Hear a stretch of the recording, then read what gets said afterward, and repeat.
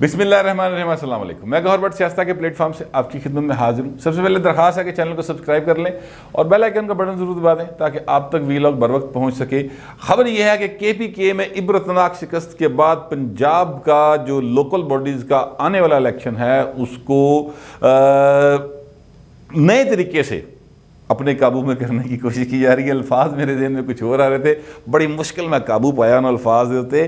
तो वो क्या मामला इन्होंने किया और क्या तरीक़ेकार इख्तियार किया है PTI की गवर्नमेंट ने, उस पर बात करेंगे। और साथ ही साथ आपको बताना चाहता हूँ कि आसफ अली जरदारी साहब जो इतना बड़ी बड़ी गेम खेड़ दे होते किक्का मार रहे ने, फ्लाइंग किक्का करा रहे ने, वो क्या वजह है, वो क्यों इस तरह की बात कर रहे हैं। लेकिन उससे पहले मैं आपकी गोशगुजार करूं कि इमरान खान साहब की जो पार्टी है PTI, उसने अपनी रिपोर्ट इंटरनल तैयार कर ली है कि जनाब असी इलेक्शन हर एक क्यों है और एक दूसरे से पा रहे ने। मसलन मैं बताता हूँ आपको, उन्होंने कहा जी असद कैसर साहब हो गए स्पीकर है कौमी असम्बली के, और उसके अलावा उन्होंने कहा 4 सूबाई वज़रा और 11 अरकान कौमी असम्बली हैं जिन्होंने ये सारा काम जो है वो ख़राब किया है। और साथ ही साथ उन्होंने फिर नाम लिए हैं, मिसाल के तौर पे उन्होंने कहा जनाब कि इसमें नूर आलम खान साहब हैं, इसमें और जो लोग हैं उन्होंने पार्टी उम्मीदवारों से हट के दूसरी साइड पे जाके खड़े हो गए तो उनके खिलाफ कार्रवाई की जाएगी। 11 अरकान असम्बली हैं, उनके खिलाफ कार्रवाई की जाएगी, सख्त कार्रवाई की जाएगी। गल्ला ने कुछ नहीं होना। असल बात जो है ना, मैं ज़िम्मेदारों का नाम बता देता हूँ, मैं उसका नाम बता देता हूँ। अगर इमरान खान साहब को नहीं पता तो वो खुद इमरान खान साहब हैं। सर इधर उधर ना पाओ। देखें बात यह है कि जितनी महंगाई है, जितनी बेरोज़गारी है, लोगों के पास खाने के वादे हैं, यहाँ पर लोगों को रोटी नहीं मिल रही, पाइन खाण नूं गैस नहीं है, इतनी शदीद सर्दी में लोग कोयला भी जो है ना, कोयला वो इतना महंगा हो गया कि आम आदमी नहीं खरीद सकता उस कोयले को भी। तो इसलिए लोगों को अब गुस्सा है, तो उन्होंने कहीं तो निकालना है ना। तो उन्होंने वोट की पर्ची से अपना जो है ना बर्ची चलाती है PTI के ऊपर। अल्लाह खैरी सल्ला। इसी तरह हुआ था माजी की हुकूमतों के साथ, इसी तरह अब हो रहा है। तो ये अब इधर उधर की बातें कर रहे हैं कि जनाब हमारे लोकल धड़ेबंदी नहीं थी। लोकल धड़ेबंदी होती है, इसमें कोई शुबे की बात नहीं, लेकिन वो तो हर इलेक्शन में होती है ना लोकल धड़ेबंदी। मगर इसमें इस इलेक्शन के अंदर जो ज़िले इंतज़ामिया थी उसने भरपूर तरीके से साथ दिया, जितने भी जिम्मेदारान बनाए गए थे उनका, यानी PTI की गवर्नमेंट का। लेकिन इसके बावजूद इलेक्शन के रिजल्ट्स वो नहीं आए जो ये तवक्का कर रहे थे। मसलन असद कैसर साहब जो हैं, उनकी एक ऑडियो थी जो डॉन TV ने ब्रेक की थी और मैंने आपको वो यहाँ पर सुनवाई थी, पश्तो में थी, और जिसका जो लुबे लुबाब है एग्जैक्टली वो ये है कि जनाब 1.5 अरब रुपए के टेंडर हो चुके हैं और 70 करोड़ रुपया तो मेरे पास आ गया, ठीक है।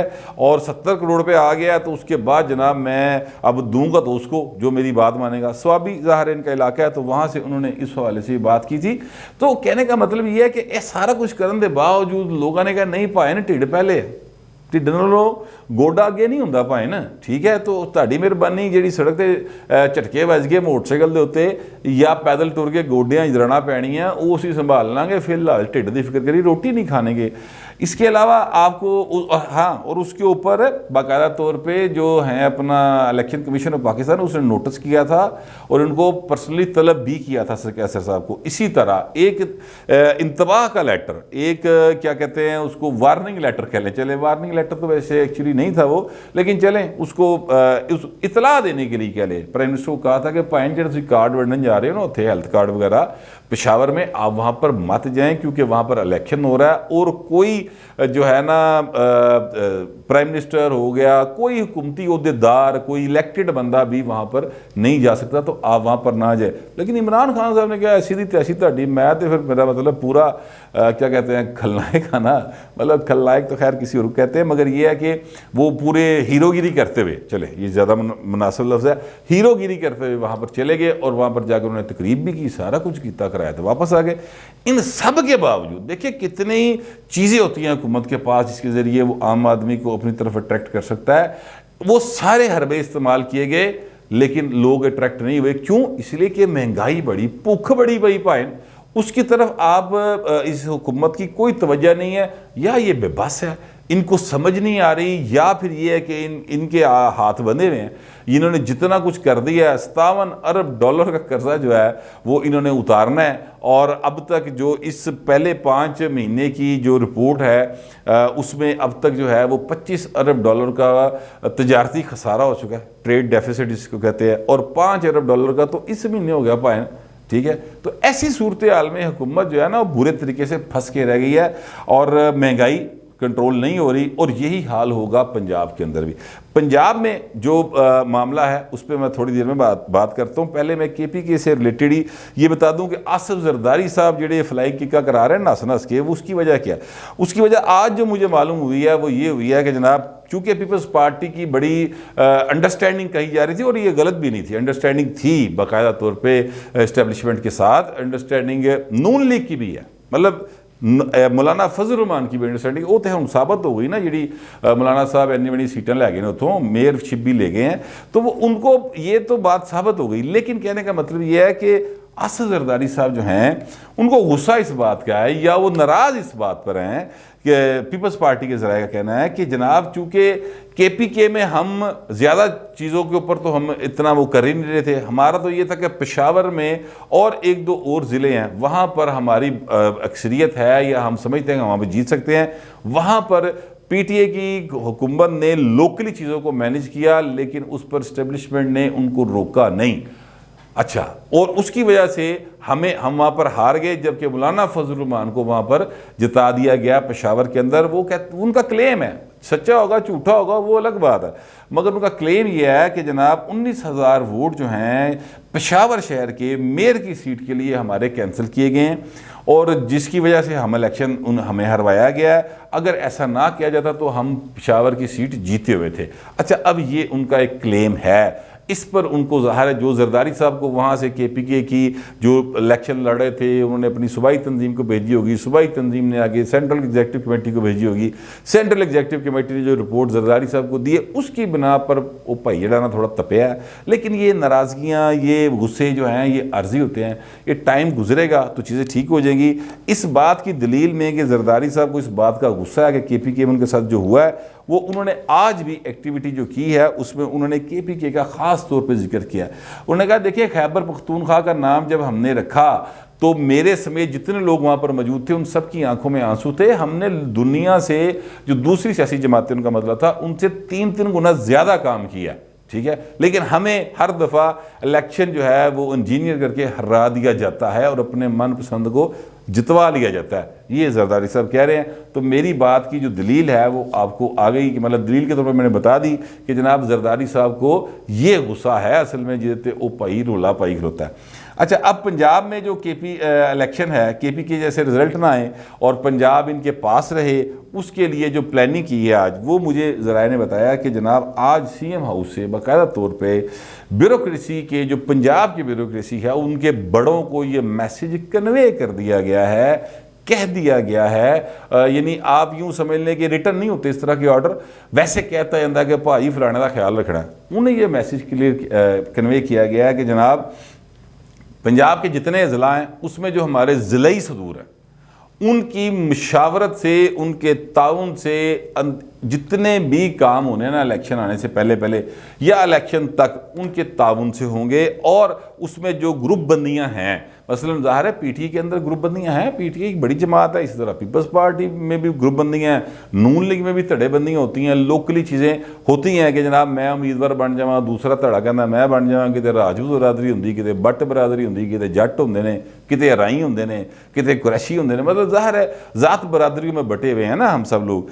तो वो कहते हैं कि वहाँ पर आपने बात उनकी माननी है जो वहाँ का सदर होगा ज़िले का, और जिन अजला में सदर की बात, सदर की तरफ से पर्ची नहीं आएगी PTA के, वहाँ पर जनाब काम नहीं होगा। PTA का सदर लोकली कहेगा तो फिर आगे काम होएगा। और इसके साथ साथ जो दूसरी बात यह है कि वो अपनी सियासी तंजीम जो कि ज़ाहिर है PTA की सियासी तंजीम है उसको भी इंतज़ामिया के थ्रू सीधा करना चाह रहे हैं। यानी सीधा करने से मुराद ये है कि चूँकि तंजीम के अंदर भी धड़े मौजूद होते हैं तो उन धड़ों को भी ये मैसेज जाना चाहिए कि जनाब नहीं, जो सदर कह रहे हैं ना उधरों होके आओ।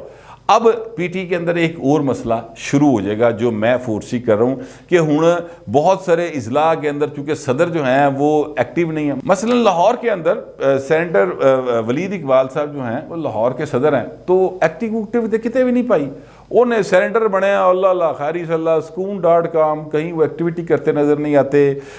यहाँ पर ज़ाहिर है लोग चाहते हैं कि जनाब जो पार्टी के लोग हैं लब्धे फिरदे, वो एक हैं अपना एजाज चौधरी साहब वो भी सैनेटर बन गए हैं, तो ਵੱਧ ਤੋਂ ਵੱਧ ਉਹਦੀ एक्टिविटी यह होंगी वो जाके साध रिजवी ਨੂੰ जाके जफ्फी पा लेंदा, जिनके खिलाफ 2 दिन पहले बयान दे रहे होते हैं ना, उनके पास जाके तो जफ्फी पा लेंदे, फूल हाल पेश कर देंगे। तो ये कहने का मतलब है कि ये उनकी टोटल एक्टिविटी है। अब इसमें धड़े होते हैं पार्टी, हर पार्टी के अंदर, ये सिर्फ पीटी इधर होला नहीं, हर पार्टी के अंदर होता है कि इनको हटाएं हमें बनाएं। तो अब एक नई तगोदो जो है विद इन पार्टी कैडर शुरू हो जाएगी कि सानू जिले का सदर बनाया जाए, क्योंकि उदी पर्ची के काम होने हैं, करोड़ों अरबों रुपए के काम होने हैं, हर जिले के अंदर अरबों रुपए के काम होने हैं डेवलपमेंट के। तो वो ज़ाहिर है जिदी पर्ची ते जाएगा, फिर वो अपने घर ले पासा ज़्यादा ध्यान देगा ना, या वो फिर विचों कोई माल मता कमा लेगा, वो 4 पैसे कमा लेगा। तो इसलिए सारा का सारा एक सीन चला है। अब उनका ये ख्याल है कि हम ब्यूरोक्रेसी के ज़रिए ना सिर्फ ये कि अगला इलेक्शन मैनेज कर लें, और बल्कि इसको अपनी पार्टी तंजीम को भी थोड़ा सीधा कर ले। तो ये एक तरीक़ेकार उन्होंने इख्तियार किया है। ज़राए ने मुझे सारी बात बताई है, मुझे इस पर इसलिए एतमाद है इस बात के ऊपर, एक तो वो ज़रिया झूठ नहीं बोलता, एक बात। दूसरी बात ये है कि जनाब इस तरह की हरकतें जो हैं वो माजी में भी होती रही हैं, एक वो नवियाँ नहीं करने लगे, माजी में भी होती रही हैं।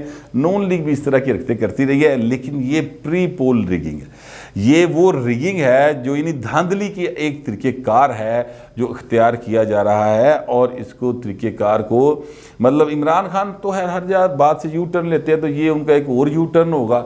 मगर ये है कि बहरहाल वो इस तरफ जा रहे हैं। अभी तो हालात ये हैं कि जनाब मेयर जो हैं वो पहले वाले आबाद हैं, यानी सुप्रीम कोर्ट के आर्डर की वजह से। अब उनकी मुद्दत ख़त्म होने वाली है, कुछ दिन रह गए हैं, मुद्दत ख़त्म हो जाएगी। तो फिर जितने तरक्याती काम हैं वो सारे के सारे असूली तौर पर तो रुक जाने चाहिए ना, लेकिन ऐसा नहीं होगा। वो फिर सदर दी पर्ची से वो काम होंगे, और सदर जिसका कहेगा उदी गली बनेगी, उधर सड़क बनेगी, उदी नाली बनेगी। पीटी का ख्याल है कि इस तरीके से वो पंजाब को मैनेज कर लेंगे। लेकिन मेरा ख्याल ये है कि ये जो मर्जी कर गुजरे, जिन्नी भुख पई ना पाए ना, उत्ते अगे है गली सड़क नाली नहीं चलनी। इससे ये तो हो सकता है कि आप कुछ धड़े राजी कर लें कि जिस पिंड गली नहीं सी, सड़क नहीं सी बनी, उत्ते तुसी सड़क पवा लो, जिथे नालियाँ नहीं सन उत्ते सीवरेज पवा दो।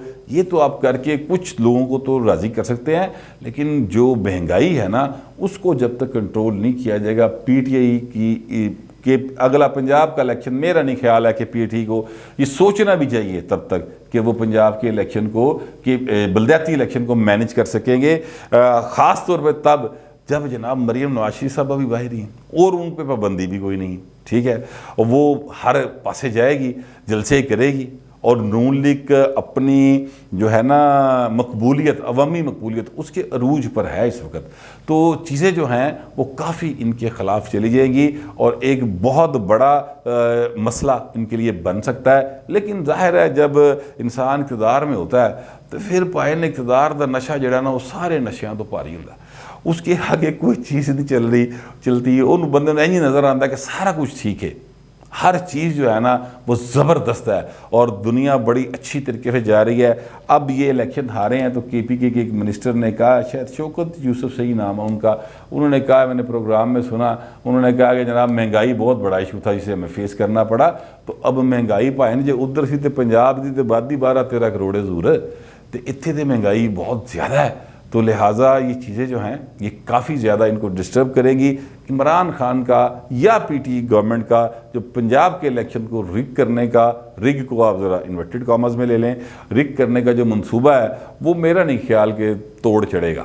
ये राह च किते अद्धा पचद्धा रह जाना जे। बहरहाल अब ये आने वाला वक्त बताएगा कि क्या ब्यूरोक्रेसी उसी तरह इनके साथ तावन करेगी जिस तरह ये समझ रहे हैं। माजी में तो ब्यूरोक्रेसी ने इनके साथ तावन शावन कोई नहीं किया, इसीलिए तो इन्होंने कोई मनसूबा बनया नहीं।